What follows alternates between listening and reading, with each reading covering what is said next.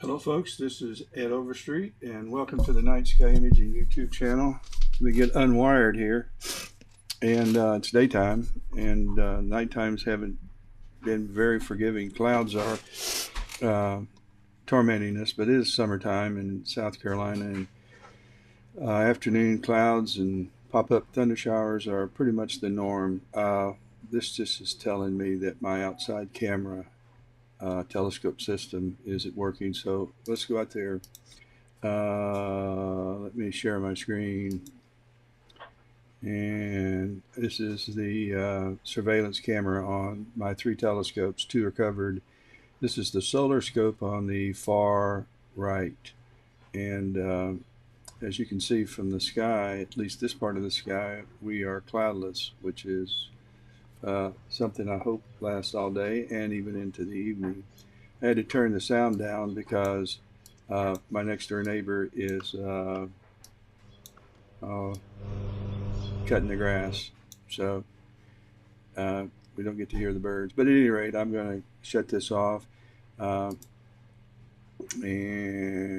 get rid of that box. And let's go on over to look at the sun, and we will do some solar imaging if I can find it real quick here.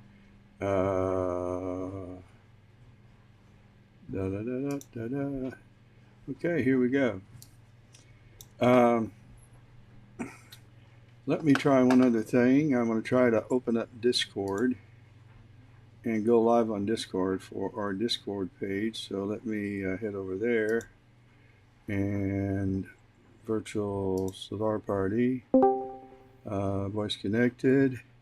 So I don't know whether I'm live or not because I've never used this before, but we'll find out later when I come back to this and see if anybody was able to watch this. So let's go back to our screen. And this is the portion of the sun that I'm going to be imaging, and let me zoom out because I've zoomed way in. And this is an actual camera view. And the reason why I'm imaging this is that I'll be focusing on this sunspot. I'll be correcting the mount and guide off of this one sunspot. I anticipate that this spot will be here throughout the 300 frames that I'm taking. And let me stop the capturing. As a matter of fact, I want to 274. We took 250. Let me do some math here. 252 minus 274 is 22. I want to take off, cancel 1, 2, 3, 4, 5, 6, and 12.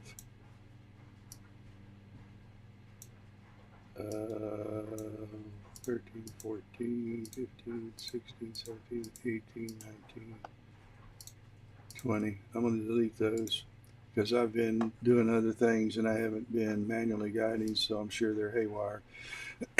So I have 28 items. I want to do 300.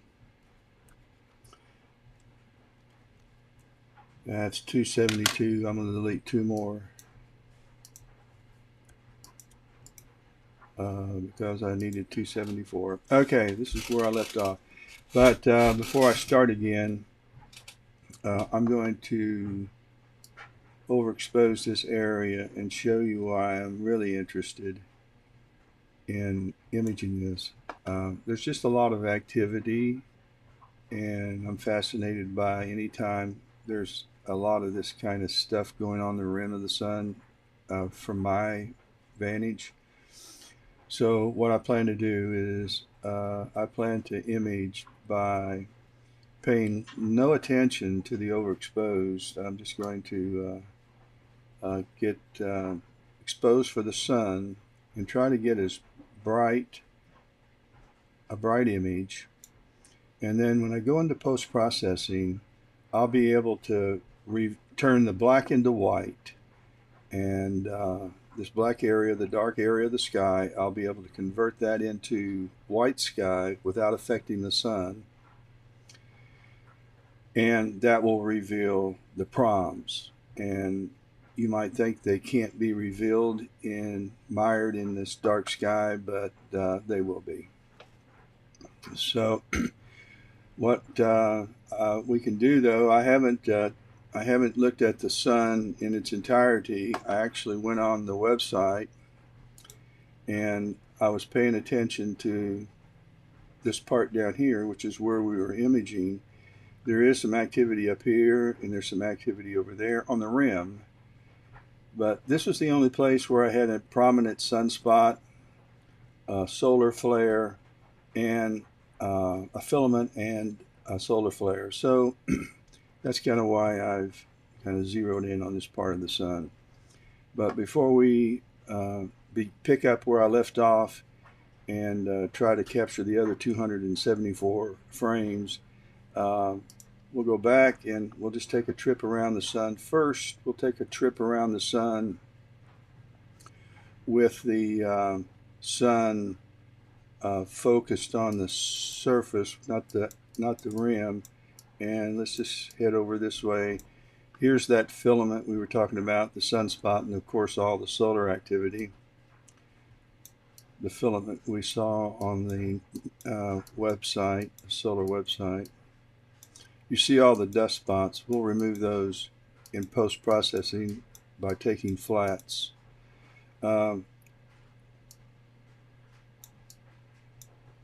I noticed that I am overexposed a good bit, so I'm going to drag this down until I haven't blown out these lights. I'm going to come on over here again. And now we're going to bring the sun down and move north.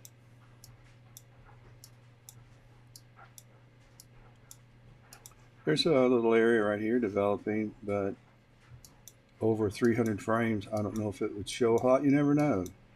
You just take them and time lapse them and hope that it does. By the way, that's why I'm doing 300 frames, one right after the other, is I'm going to put them together in a GIF movie. And hopefully there'll be some reasonable activity. Let's go. Oh, we need to move the sun. Oh, I see a cloud passing through.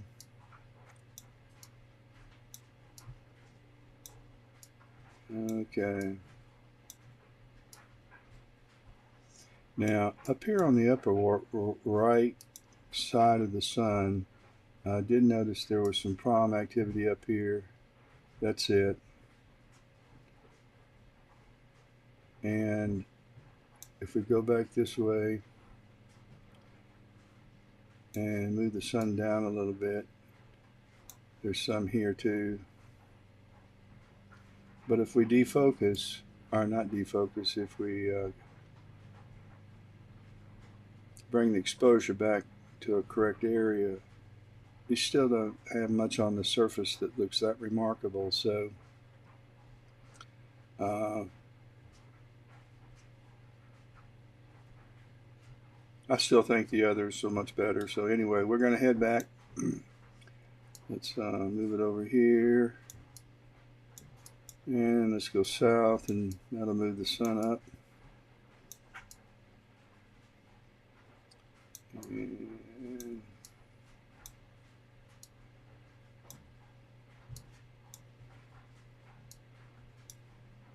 And let's move it over a little bit.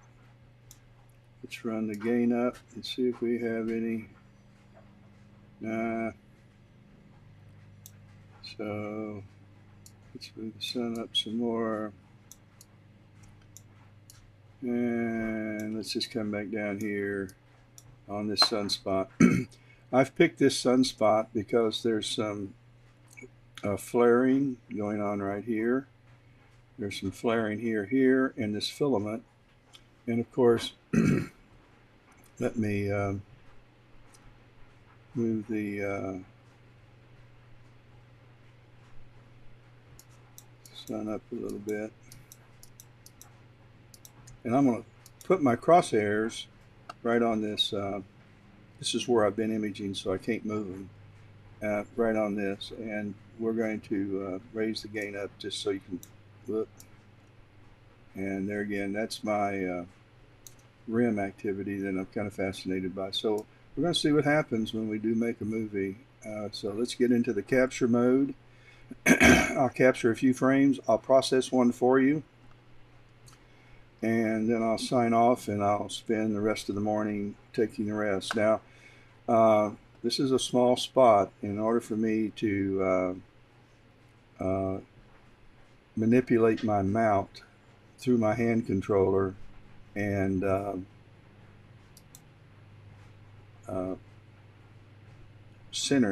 keep it centered on this sunspot, I'm going to zoom in to about 150%. That's where I was when we started. And I'm going to move the mount over a little bit. And I'm going to move it north a little bit. Here we go.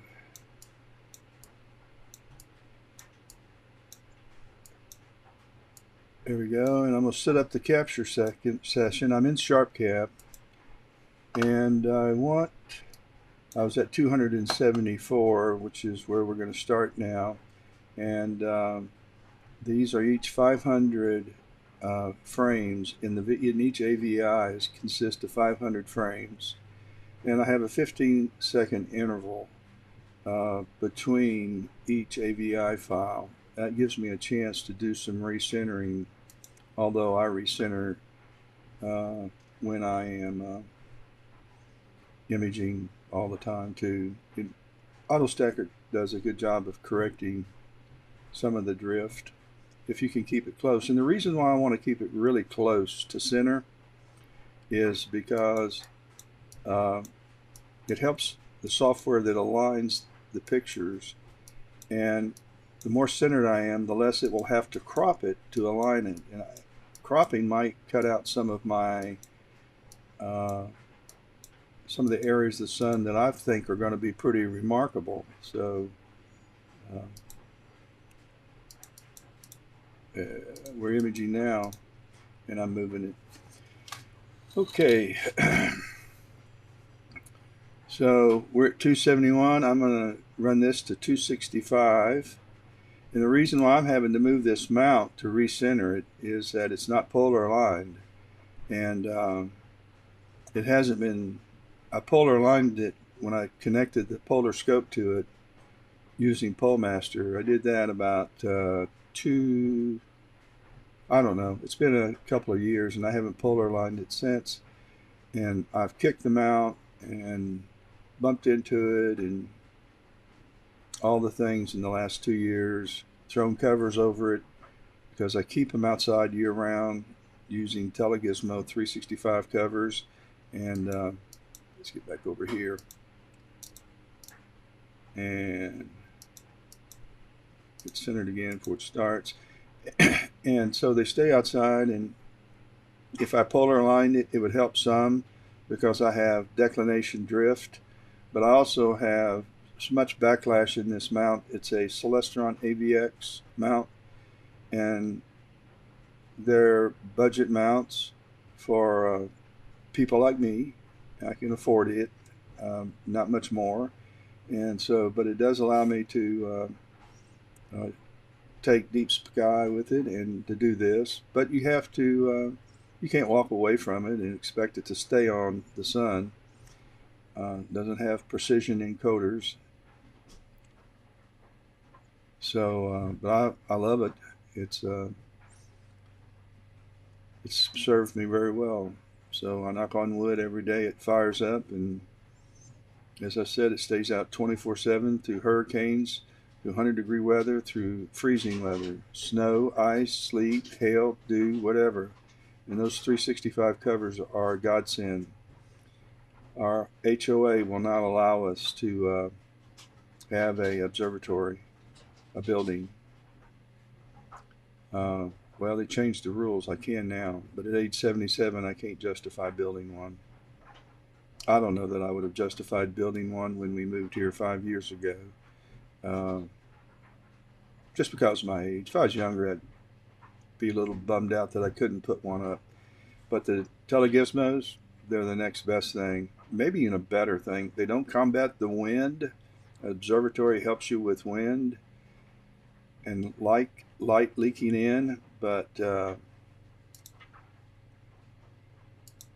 scoot over here a little bit, doing a little drifting. But other than that, as far as protecting your gear, I don't get spider webs. I don't know what it has to do with it, but I've never gotten spider webs. Although I cover these things all the time, I image every opportunity I can, something. In the daytime, the sun, nighttime, the sky. I have two pier-mounted Atlas Pro mounts outside also, and I use those primarily for deep space. I run both of them at the same time. I got a bunch of videos up live streaming with those. So we're going to go down to 260. I'm going to stop it and I'm going to process. Okay, we've taken this one and then I'm going to stop the capture at 260. I'll come back and pick it up. But I'm going to open up Autostakkert and we're going to open up one of these frames that we just did. Oh, no we're not. We're going to take a flat. So let me go back to this, and we're going to move the mount this way. I'm going to have to come off of 150% to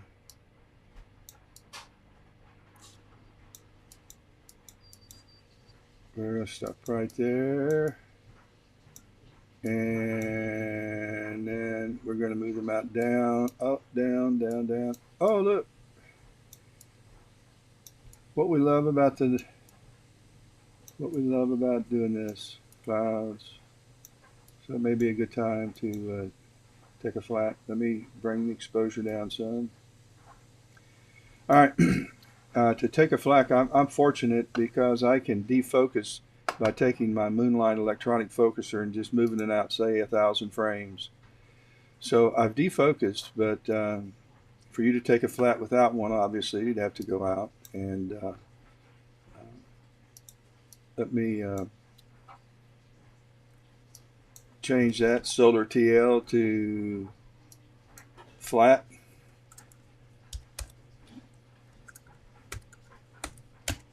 And let's take a quick capture.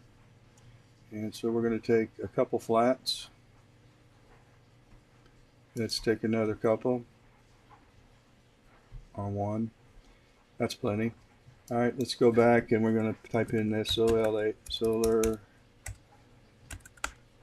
TL underscore 6422. And we're going to bring the focus back in to where we were. And let's move the mount up. Let's go to 16 sidereal speed. Let's move it up. We'll go quicker.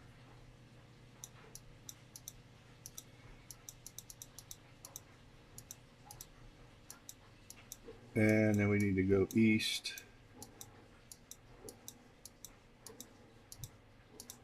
And let's go back down to say 4 times sidereal, and let's raise the gain down a little bit.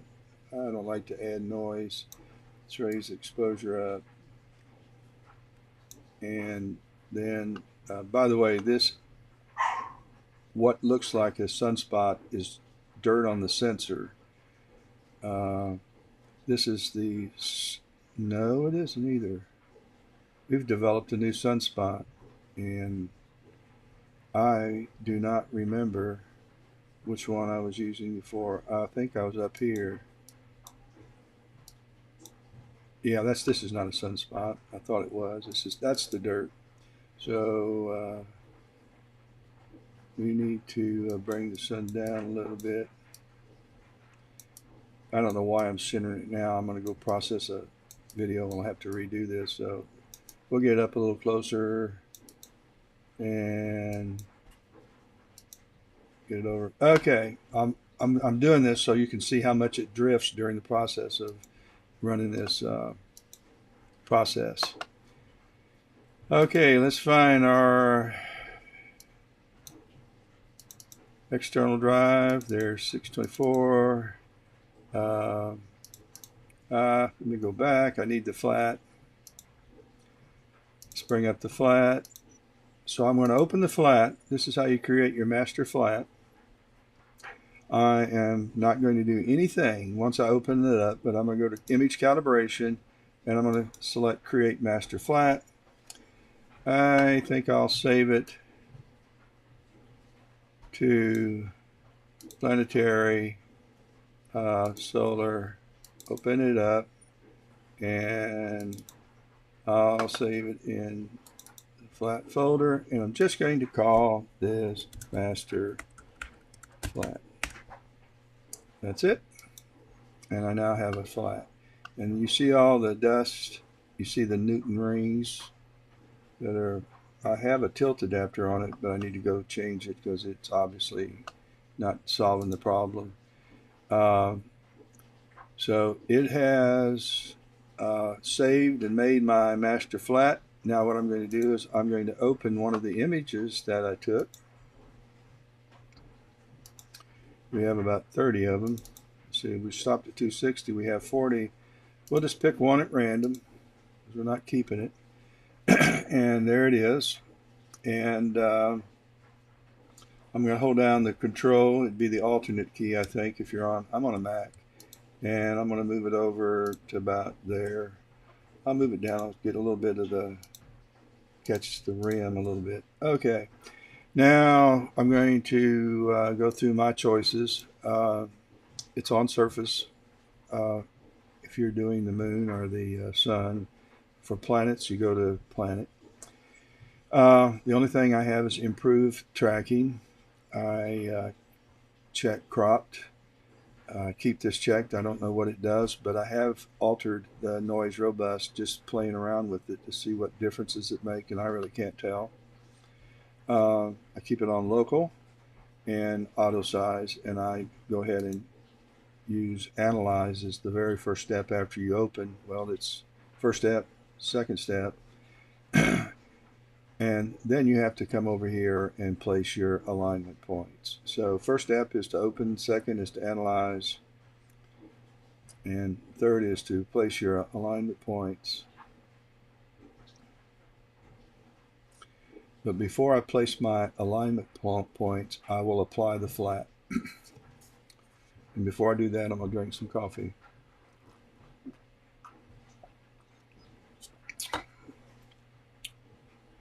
And then I'll get back to imaging and sign off. And if the solar activity shows up to be active and looks pretty decent, then I will process that entire time lapse in a recorded video and put that up. I got a bunch of those already up though. I just enjoy doing them. Okay. Well, according to the quality graph, this linear, well, it's not quite linear, but this line crosses the 50% mark. 50% tells me that half of my images in this video, frames, half of the frames in this 500 frame video, if you look down here in the bottom left-hand corner, it tells you how many frames that it kept. And it should be 500 for almost all of them. But at any rate, half of my videos are better than 50%, and half of them, well, it isn't quite half. Half would be here, so 40% are better than 50%, and 60% are worse. So what percent do I want to keep? Well, this is the upper 25%, and so if I take the upper 25% of 500, I'll have 125 frames, and I think that's what I'm going to do. Actually, I'm going to take the upper 20%. So I'm going to collect out of the 500 only 100 frames. That's how many frames I'm going to process. That's my choice. Now I'm going to add the flat frame now, and I'm going to go up to calibration, and I'm going to go to load master flat, and I have to find it. Well, it knows where I saved it, so it should go right there, and it did. I'm in the 6422 solar directory, and there's the flat file, a folder that I saved it in. So I'm going to open this and click on it. It populates the name, and I apply it, and watch all this go away. So I've minimized most of the Newton rings, and all the dirt and dust and crap went away. So everything you see here is activity that was on the sun. Now we're going to place our alignment points, and you can do that manually by just clicking areas that you think might help. You really don't have to have a zillion of these. You can change the pixel size. These are 48 or 104 by 104 pixels. You can change that to, they have some already presetted alignment point pixel squares, 24, 48, but you can change that by using these up and down arrows if you want larger or smaller, and I don't know why you need to. I'm going to pick 104, and I'm going to place a grid, and it's going to populate all of these now, and so you can see they're bigger squares at 104, and I'm going to go up here and click stack. This takes a little time, and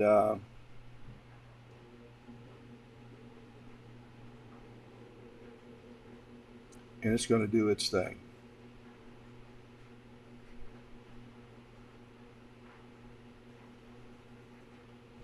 While it's doing this thing, let's go back to the sun and watch the drift.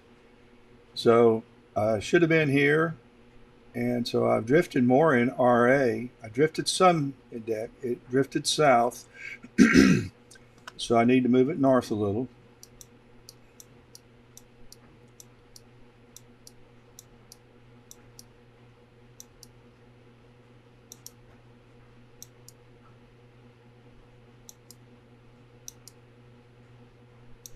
I'll zoom in some. And so let's, I don't know if my mount is, oh, something's locked up here. Wonder if this one's working.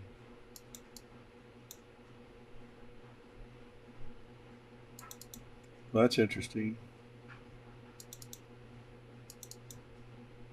I like doing live videos because stuff happens like this. And I've lost my, I think I just lost my Wi-Fi. I'm going to go to my software that I use to connect, and I'm just going to double click it to rejuvenate it. And let's see if that made a difference. Also, I'm going to take my reticule. Here's my crosshairs where they're supposed to be. Let's see if I can. Well, that's not going to move it. Somehow or another, the mount is locking up the software. So I'm going to end up rebooting and starting with 260 frames. If you're wondering why I'm taking such a long break from taking frames, I could actually time-lapse this all day long and have intervals of 2 or 3 minutes. I'd get a much better video, but I'd have to process a transit, do a manual flip, and but the reality is that a lot can happen between this kind of a delay, but most of the time it's just, you won't notice that I've delayed the imaging 10 or 15 minutes. You just don't notice it. All right, let's go back to Autostakkert, because I'll process this and I'll say goodbye, and then I'll reboot the computer and start everything all over again. So we're done with Autostakkert. I'll get out of that. And let's bring up ImPPG, which is right here. I don't use Registacks at all. Sometimes with planetary, but a lot of what I do in sharpening is just running deconvolution, and that's all. Um, it too many artifacts and crap that I can't process out in batch process with PixInsight or Lightroom or Photoshop, and it's just too aggravating for me, so I don't.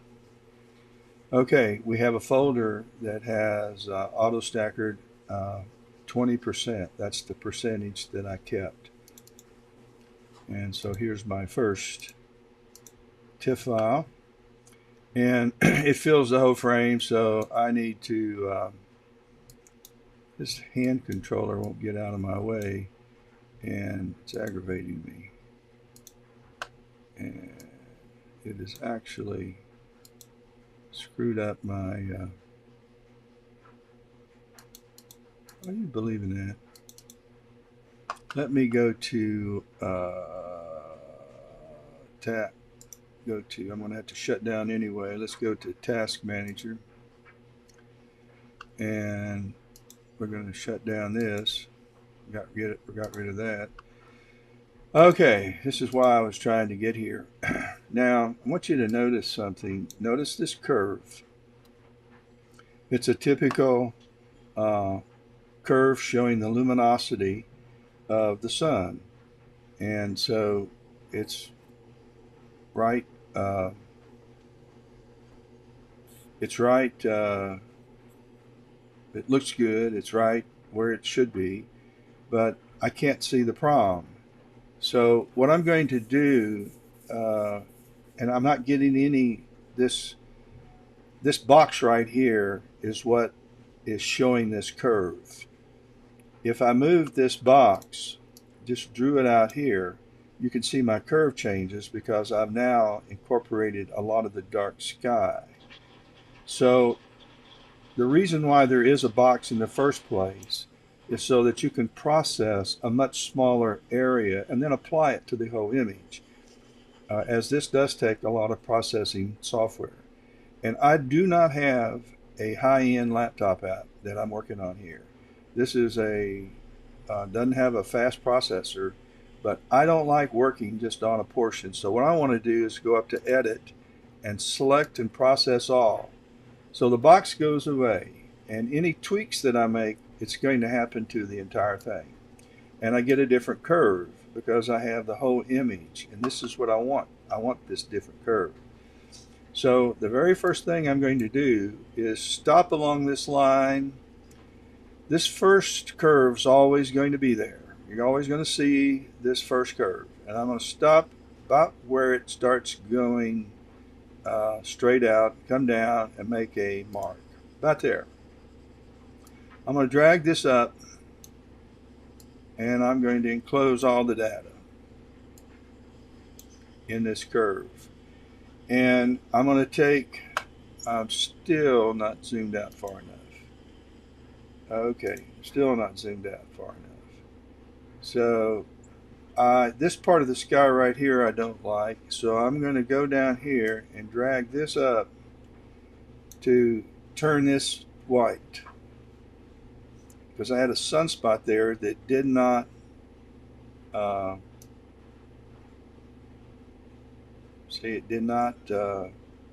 get taken care of. So there is my basic line curve. Now I may tweak this some, because anytime you get kind of an S curve going on your line data, you'll get contrast added to your image, and contrast is far superior than is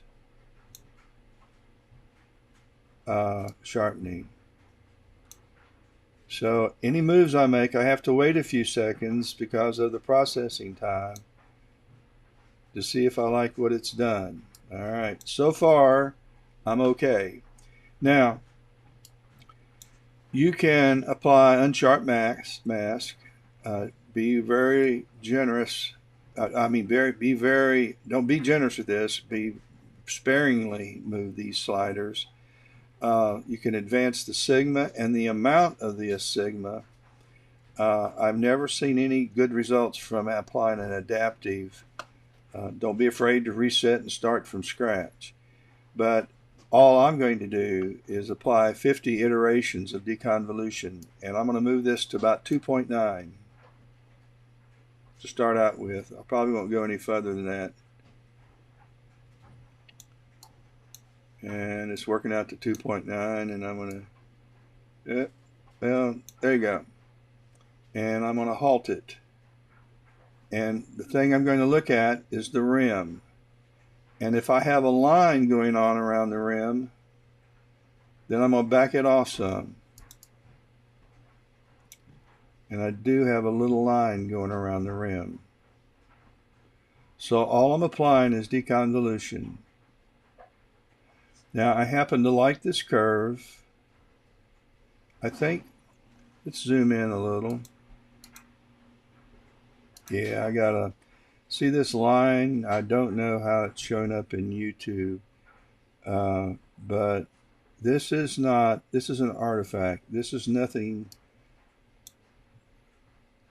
I'm not talking about the dark line on the surface. I'm talking about a thin line right off the surface. It's a little too much for me, so I'm going to come down a little bit on deconvolution. Some more. It's gone. I'm going to come up a little bit. It's back. Okay, I'm going to be at 2.5 roughly, and that's where I'll stay.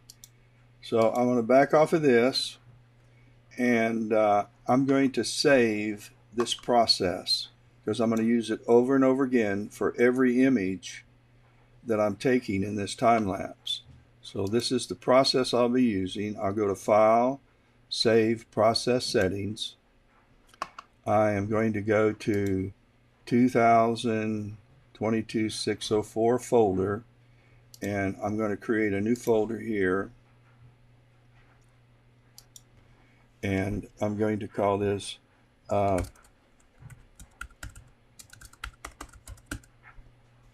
and down here I'm just going to put 6 4 22 process settings. I'm going to save it in a folder, and so that I don't accidentally pick it up again and pick up a different set of process work for another time lapse, because I'll end up with 3 or 4 on this hard drive. I just formatted it and started from scratch. So I don't want to use something I've already used on another set of data. Try to keep it as separate as much as I can. All right, so that's it. When I am finished taking the time lapse, I'll show you how I batch process these settings into all of the images once Autostakkert has batch processed all of the images into TIFF files. And then I'll use this software, and I'll go up to Tools, and I'll use the Align Image Sequence to line. So I use ImPPG to do 2 things. To do the initial sharpening,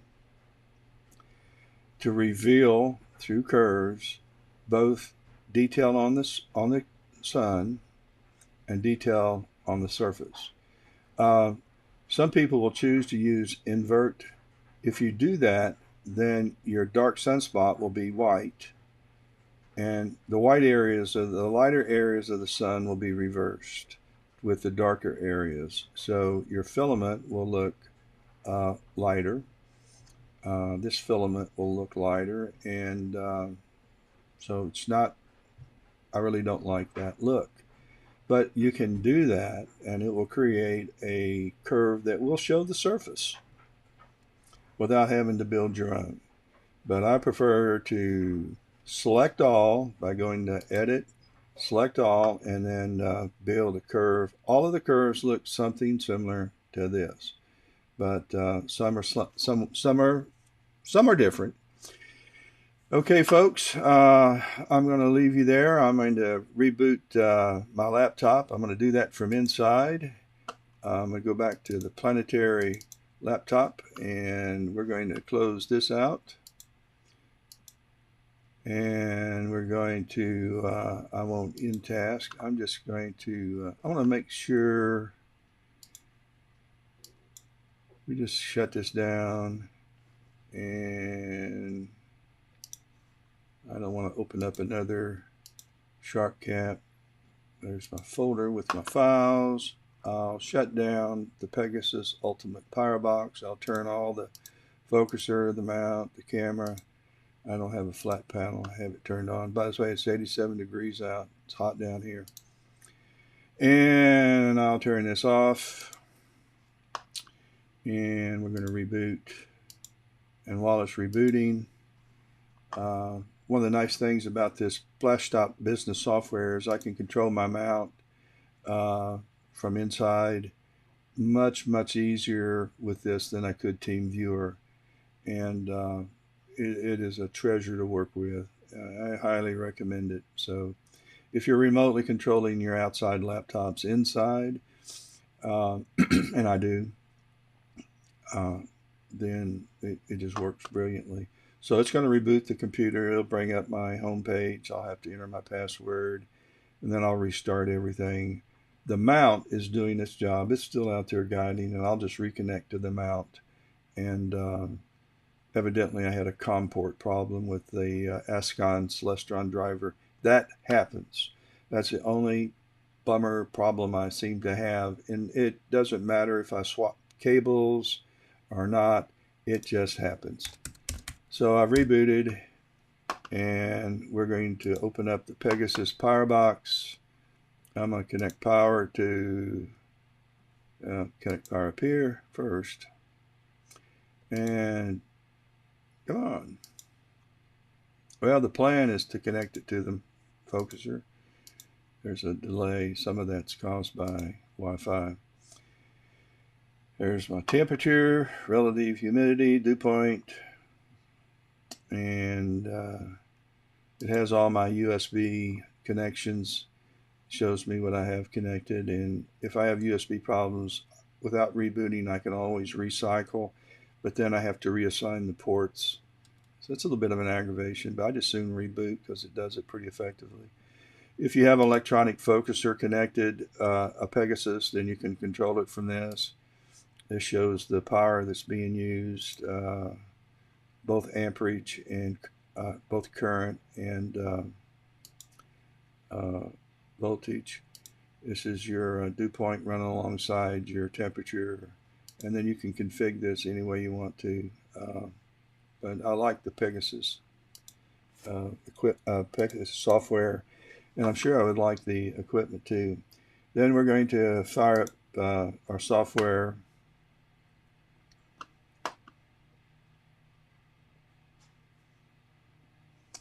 And we're going to set up our session. I should disable that. I don't.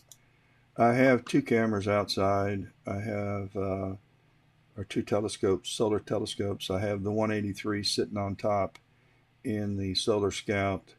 That's going to be, I'm donating that telescope, not the camera, to the Fair Forest Middle School Observatory. But we're going to open up the 174. And that's going to connect my focuser. It's going to connect my hand controller, my ASCOM hand controller. It connects my Celestron hand controller, my focuser. So we're all connected. And evidently we've had some drift. So I'm going to have to recenter the sun. I may have parked the mount. Let me bring up my outside camera.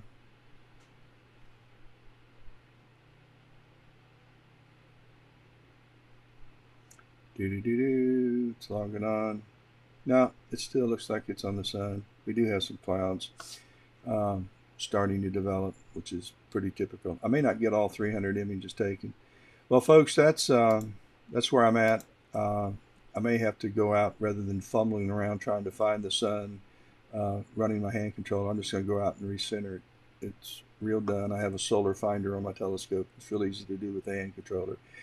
I hope you guys have a wonderful day, a wonderful weekend. It's Saturday here in Spartanburg, South Carolina, and I'm having fun taking pictures of the sun. Get your telescope out. Hopefully you got a clear skies tonight and have some fun. Make sure you say something nice to someone today. You're going to feel so much better for it, and you're going to make their day.